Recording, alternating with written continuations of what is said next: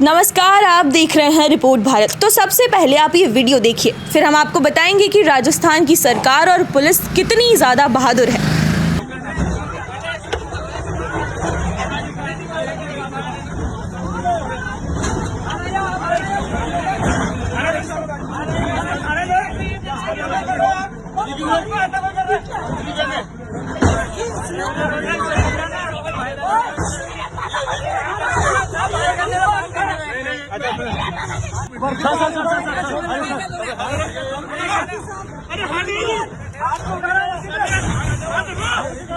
मेरे मकान बिना नोटिस के तोड़ दूंगा।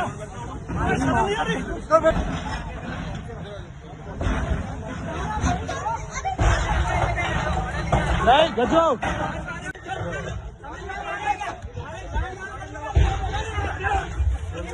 अरे सर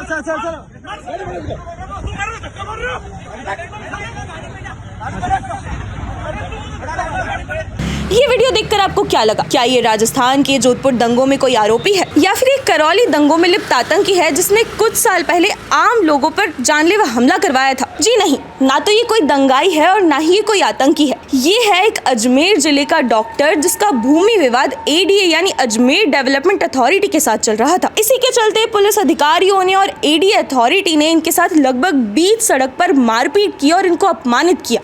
तो इस प्रकरण में हमारे साथ मौजूद है डॉक्टर राजेश और डॉक्टर संजय। तो चलिए इनसे बात करते हैं। सर, क्या मसला है?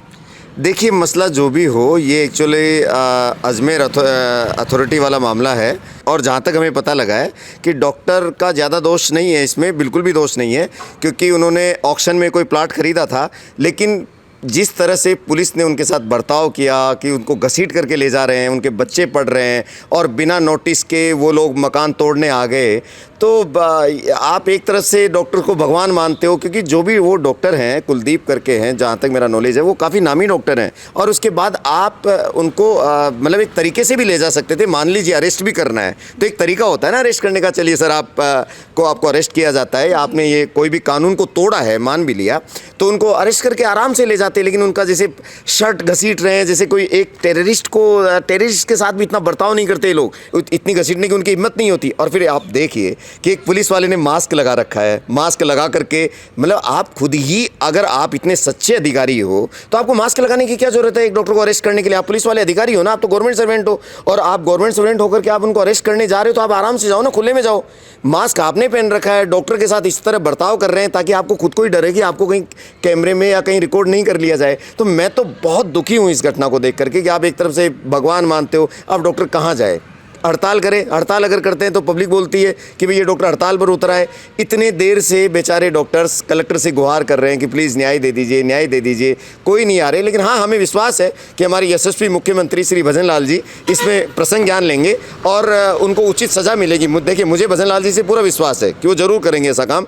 ठीक है सर, मैं मान लेती हूँ आपकी बात कि भजनलाल सरकार कर लेगी, लेकिन आप मुझे ये बताइए कि प्रशासन का जो ये इस तरह का व्यवहार था डॉक्टर के साथ, क्या वो सही था?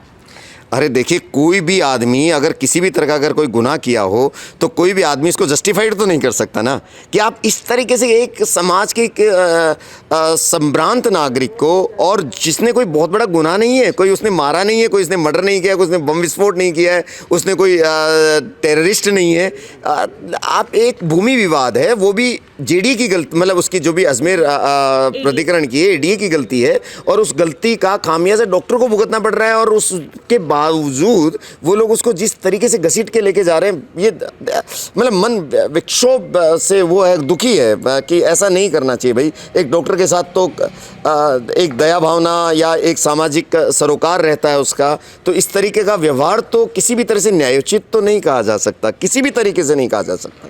बिना किसी नोटिस के आप लाते हो, बिना किसी नोटिस के बच्चे पढ़ रहे हैं, मकान तोड़ने लग जाते हो। अब किसी का मकान टूट रहा है तो आदमी विवाद तो करेगा ना, पुलिस से पूछेगा भी कि भाई क्यों तोड़ रहे हो, थोड़ा गुस्सा भी होएगा ही ना। अब उस गुस्से को आप ये कह रहे हो कि आपने ना न्याय कार्य में बाधा डाला है, और अब आप कह रहे हो, जैसे कलेक्टर साहब ने अभी कहा कि साहब आप एफआईआर क्लोज मत कराओ। जैसे उनकी वाइफ का मैंने वर्जन सुना है, मैं नहीं जानता कि वहाँ क्या हो रहा है, लेकिन उनकी वाइफ का वर्जन था, साहब वो ऐसे बोल रहे हैं कि आप एफआईआर क्लोज मत कराइए, हम इनको सस्पेंड कर देंगे। भाई क्यों नहीं एफआईआर क्लोज कराएं? गलती की है तो सज़ा तो उनको भी मिलनी चाहिए ना, कोर्ट में जाना चाहिए ये मैटर, और साफ साफ होना चाहिए कि ये एक्चुअली किसी की कोई आपसी रंजिश का शिकार हुए हैं या कोई आदमी अपनी रंजिश निकाल रहा है। तो ठीक है, हम सरकार पर हमें पूरा विश्वास है। वो इस मामले में माननीय मुख्यमंत्री बिल्कुल अपना प्रसंग ज्ञान लेंगे और इसमें ज़रूर कोई न कोई कार्रवाई ज़रूर होगी। तो सर क्या मसला है, आप ज़रा अगर बता पाए तो। भाई डॉक्टर कुलदीप शर्मा जी ने आज से 4 साल पहले अजमेर विकास प्राधिकरण से 400 वर्ग गज का भूखंड ऑक्शन में लिया था। उन्होंने उस समय जो भी गवर्नमेंट नियम अनुसार पैसे भी जमा करा दिए, कब्ज़ा भी ले लिया था और उस पर उन्होंने निर्माण भी, अपना मकान भी बना लिया। अब वो उस मकान में रह रहे हैं और एडीए आज बिना कोई पूर्व सूचना के उनके घर पहुंच जाती है। वो घर पे नहीं थे, बच्चे थे, बच्चों को बाहर निकाल के एक हाथ में नोटिस लेके और उनका मकान तोड़ना चालू कर देते हैं। तो हम सब लोग डॉक्टर्स इस घटना से बहुत व्यथित हैं। जिस तरह से हमारे साथी डॉक्टर कुलदीप जी के साथ में चोरों, अपराधियों जैसा, आतंकियों जैसा व्यवहार किया गया, तो हम सब लोग बहुत ज़्यादा व्यथित हैं। और जब तक दोषी अधिकारियों और दोषी पुलिस कर्मियों के खिलाफ़ उचित कार्रवाई सरकार नहीं करती है, तब तक हम हार नहीं मानेंगे।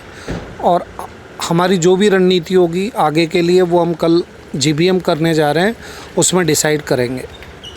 तो सर ये प्रशासन का जिस तरह का व्यवहार रहा कुलदीप जी के साथ, क्या वो सही था? नहीं, वो उसको किसी भी सभ्य समाज में जायज़ नहीं ठहराया जा सकता। इस तरह से हाथापाई, उनकी मैसेज भी आ गई थी जेएलएन मेडिकल कॉलेज से, उनके साथ भी जो उन्होंने घटना घटित की है वो बहुत ही व्याकुल करने वाली है।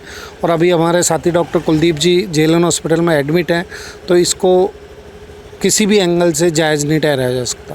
तो देखा आपने राजस्थान पुलिस ने उनके साथ कैसा व्यवहार किया और अजमेर में उनकी क्या हालत की गई। भाजपा सरकार 3 मुद्दों को लेकर राजस्थान में सत्ता में आई थी। पहला मुद्दा था महिला अपराध को रोकना। रुके? जी नहीं रुके। दूसरा मुद्दा था भ्रष्टाचार। लेकिन आज सच्चाई की और मैं बात करूं तो सच्चाई ये है कि एनसीआरबी की रिपोर्ट में 78% करप्शन के साथ आज राजस्थान पहले नंबर पर आता है। अब भाजपा सरकार का जो तीसरा वादा है वो थोड़ा बड़ा था। उन्होंने वादा किया था कि वो दंगाइयों को सख्त से सख्त सज़ा दिलवाएंगे, लेकिन उन पर कोई कार्रवाई नहीं हुई। अजमेर में डॉक्टर की तो ये हालत कर दी गई, लेकिन दंगाई आज भी वहाँ खुलेआम घूम रहे हैं। उनका जोर तो बस आम आदमियों पर चलता है, जैसे डॉक्टर कुलदीप शर्मा पर चला। पुलिस अधिकारियों को मारपीट करने का या प्रशासन को इस तरह का व्यवहार किसी डॉक्टर के साथ करने का जो ये रवैया था, ये कितना सही था?